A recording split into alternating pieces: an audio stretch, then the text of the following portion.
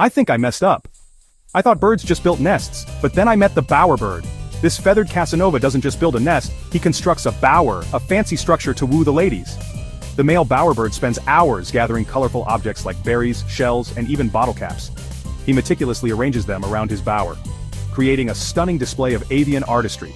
And get this, the bower isn't even for living in. It's purely for showing off.